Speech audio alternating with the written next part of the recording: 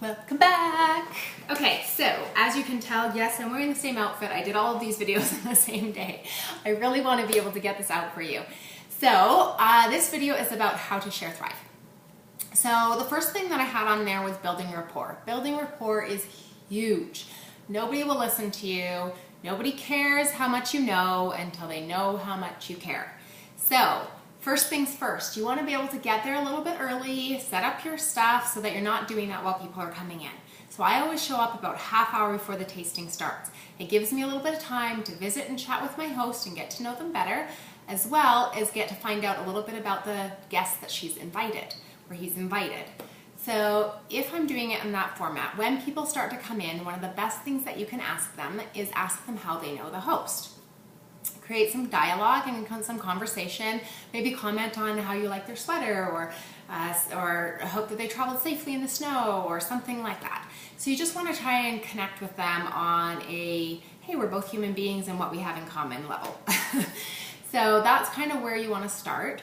And then the other thing that you want to do is you want to talk a little bit, find out more about where they are right now.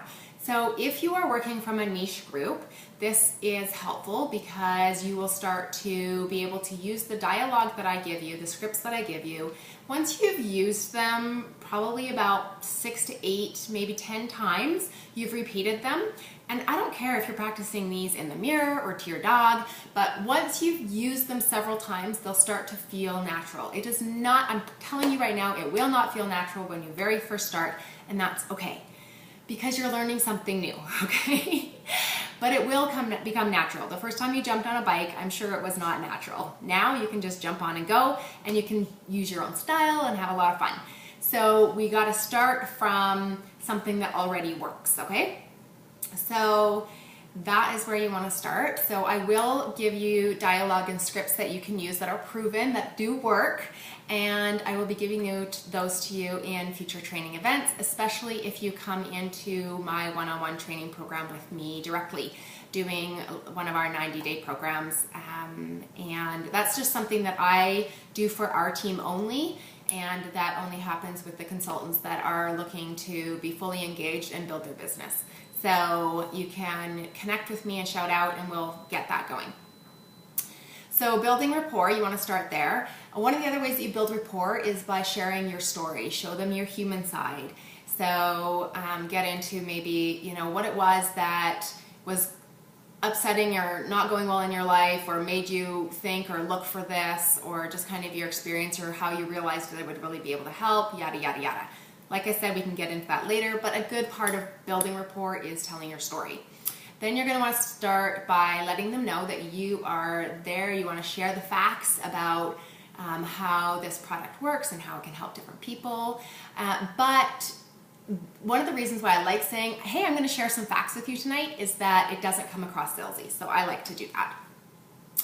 One of the key things that we want to do is help our customers see and feel how the product will work for them. So for example, they're going to see, when you open your kit, they're going to see all of the individual packaged items. This obviously is a used one.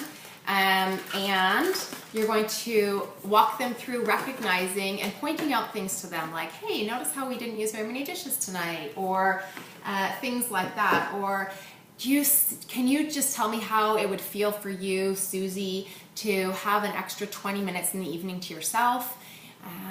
Just things like that. Get them to be engaged with you in the event. We are not there to talk at people. We want them engaged with us. Sales will be way higher. They will feel like you care about them. The whole evening will be so much better if you can connect one-on-one with people and get them responding and engaging in the evening, as well as if they're cooking with you rather than you just standing there presenting. Okay?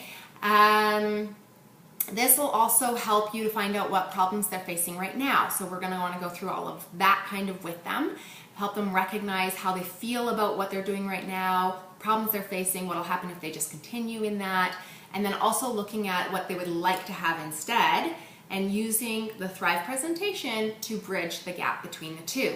After you have shown them what they can have, then you want to show them how to get it. And a lot of times consultants have a really hard time with closing the deal. So what we want to do is set you up for success in that. I'm going to be going through certain specific dialogue in my training program that will help you have huge success in that. And one of the ways that you can do is recognize that what you're doing is you're supporting the customer in making an educated decision on what product is best for them. And so what we're doing is we're not asking them to purchase us because it's going to help us. What we're trying to do is help them achieve what they're looking for. So we talked about the problem they're having, we're talking about how Thrive can fix it, and now we want to help them to be able to get that.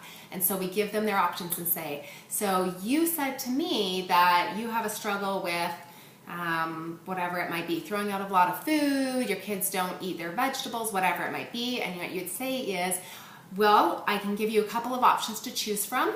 I have this option and this option. Which one do you think suits your family better? Just things like that, where you are being the helper, you are assisting them in finding the product that works best for them. And then you're helping them to make that decision. Also, you want to make sure that they leave with your contact information that night as well. And you do not have to have business cards to start off. You are in the very beginning phases of getting your business started, and they are not necessary at this point.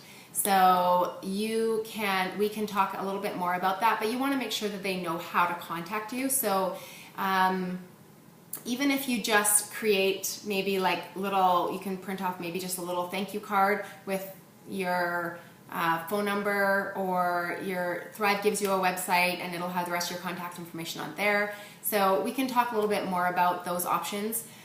But don't let them leave the house feeling like they gave you their payment information and they have no way of getting a hold of you. So we just want to make sure that we wrap everything up and that everyone feels comfortable and knows that you're there to help. Because of course our customers are going to be our customers for years to come, and they purchase from us monthly. So we want to create a strong relationship there. So that is just a little bit of how I do my tasting events, and I will be doing a video for you guys in the near future if you want to be able to see me actually do an event. But I'll get into that again soon. We'll talk to you later. Bye-bye.